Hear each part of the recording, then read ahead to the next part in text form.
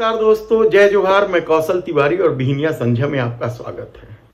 2024 के लोकसभा चुनाव का बिगुल बज चुका है।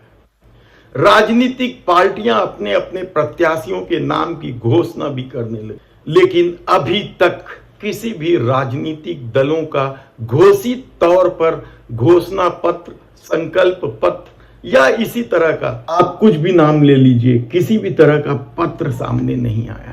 जनता से वादे क्या किए जाएंगे यह देखने की बात होगी, लेकिन राहुल गांधी ने भारत जोड़ो न्याय यात्रा में जो गारंटी दी है महिलाओं को, मजदूरों को, युवाओं को, इस देश के लोगों को, क्या वह गारंटी काम करेगी? क्या उन गारंटियों को घोषणा पत्र में शामिल किया जाएगा? यकीनन किया जाएगा, क्योंकि जिस तरीके का खेल मोदी सरकार ने इस दौर में खेला है उसने किसी को भी नहीं बख्शा है। यानी उनके खिलाफ उठने वाले विरोध के स्वर को हर तरह से दबाने की कोशिश की गई, साम दाम दंड भेद हर तरीके अपनाए गए, लेकिन राहुल गांधी विचलित नहीं हुए और इंडिया गठबंधन को भी तोड़ने की कोशिश हुई, टूटे भी लोग। लेकिन राहुल गांधी ने जो गारंटी दी है, खासकर महिलाओं को, महालक्ष्मी न्याय गारंटी योजना है। इस गारंटी योजना के तहत प्रत्येक गरीब महिलाओं को 1 लाख रुपए साल का, यानी हर महीने 8,333 रुपये। लेकिन संगठन क्या राहुल गांधी की इस गारंटी को लोगों तक पहुंचा पाएंगे? गारंटी राहुल गांधी ने युवाओं को भी दिया है और महिलाओं को भी। युवाओं को गारंटी दी है कि जो केंद्र सरकार में 30 लाख से अधिक पद खाली हैं, मोदी सत्ता ने नहीं भरा 10 साल में, खाली है, बेरोजगारी से युवा त्रस्त है, उन रिक्त पदों को राहुल गांधी ने भरने की गारंटी दी है। महिलाओं को गारंटी दी है आरक्षण को लेकर।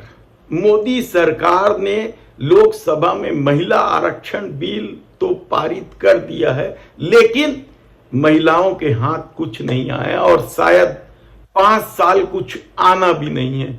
अगले चुनाव 2029 में क्या महिला आरक्षण लागू हो पाएगा? कहना मुश्किल है, क्योंकि जो बाधाएं खड़ी की है मोदी सरकार ने, उससे लगता है कि 2029 तक भी महिला आरक्षण का वादा पूरा नहीं होने वाला है।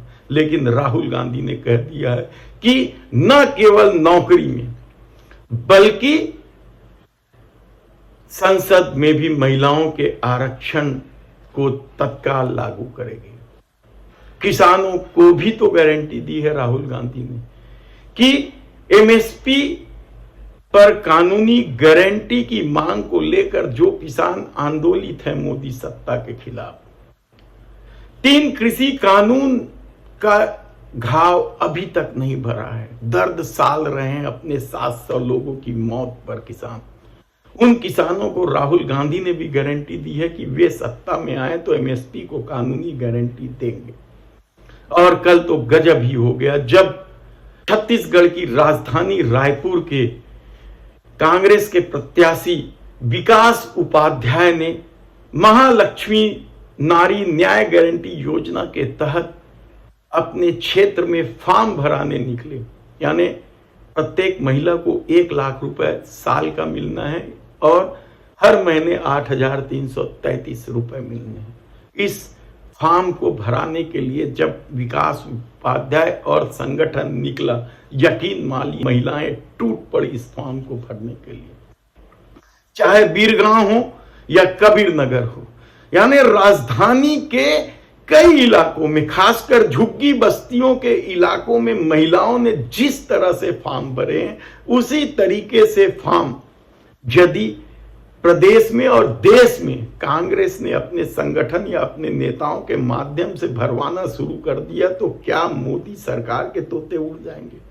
क्या जिस बृजमोहन अग्रवाल को राजधानी में 5 लाख से अधिक वोट से जीत लेने का दावा किया जा रहा है, उनके समर्थक गली गली घूम रहे हैं, ठसक इतनी है कि किसी की बात सुनने को तैयार नहीं है और हर हाल में 5 लाख से अधिक वोट जीतने का सपना पाले हुए हैं, उनके भी तोते उड़ जाएंगे। और शायद यह बात बृजमोहन अग्रवाल अच्छी तरीके से जानते हैं। वे जानते हैं कि यदि महिलाएं 1 लाख रुपए लेने के लिए कल जिस तरीके से फॉर्म भरने के लिए सामने आ गई, उसी तरीके से यदि मतदान केंद्रों तक पहुंच गई तो उनके लिए राजधानी की वह सीट, बृजमोहन अग्रवाल प्रदेश सरकार के वे मंत्री हैं जिनका विवादों से नाता रहा है। कई तरह के घपले घोटालों में उनका नाम आता रहा है। उनकी ठसक, उनकी धमक को लेकर भी कई तरह की बात होते रही है। और विधानसभा चुनाव में उन्होंने जिस तरीके से रणनीति के तहत वोटों का ध्रुवीकरण किया था, वह भी सबके सामने है। वे विधानसभा जीत तो गए, लेकिन पार्टी शायद उन्हें पसंद नहीं करती है, या प्रदेश भारतीय जनता पार्टी के नेताओं के आंख के वे किरकिरी है, इसलिए उन्हें किनारे की करने के नाम पर लोकसभा चुनाव लड़ाया जाता है। कहा तो यहां तक जाता है कि बृजमोहन अग्रवाल को मंत्री बनाना पार्टी की मजबूरी थी और इस मजबूरी को हटाने के लिए ही उन्हें लोकसभा का चुनाव लड़ाया जा रहा है। बृजमोहन के बाद मंत्री कौन होगा, इसे हम विस्तार से बताएंगे। चर्चा चल रही है, कई सारे नाम हैं, कई दावेदार है, अप्रोच लगा रहे हैं, पैसा लगा रहे हैं, लेकिन यह बात भी सब जानते हैं कि मोदी जिसे चाहेंगे वही बनेगा, बाकी किसी की कोई हैसियत ही नहीं। तब लोकसभा चुनाव को लेकर एक तरफ जब दोनों ही दलों ने 11-11 प्रत्याशी घोषित कर दिए, 19 अप्रैल को पहले चरण का मतदान बस्तर लोकसभा क्षेत्र को लेकर होगा। उसके बाद राजनांदगांव, महासमुंद और कांकेर लोकसभा का चुनाव दूसरे चरण में, और बाकी बचे 7 सीटों का चुनाव आखिरी चरण में होगा। तब ऐसी परिस्थिति में कल जब महिलाएं निकल पड़ी 1 लाख का फॉर्म भरने के लिए, क्या यह मोदी सत्ता के पलट जाने की चेतावनी है? छोटा सा राज्य है छत्तीसगढ़, 11 सीटें हैं, और यकीन मानिए कि यदि इसी तरीके के फॉर्म दूसरे जगह भी कांग्रेस भरवाने लग गई, महिलाओं को समझाने लग गई, युवा यदि समझ गए राहुल गांधी की गारंटी को, किसान यदि जान गए राहुल गांधी की गारंटी को, और यह गारंटियां घोषणा पत्र में भी होगा। भारतीय जनता पार्टी घोषणा पत्र बना रही है, उनकी घोषणाओं का क्या है वे खुद भाजपा जानती है, क्योंकि वे जानते हैं कि उनकी राजनीति धर्म पर आधारित है।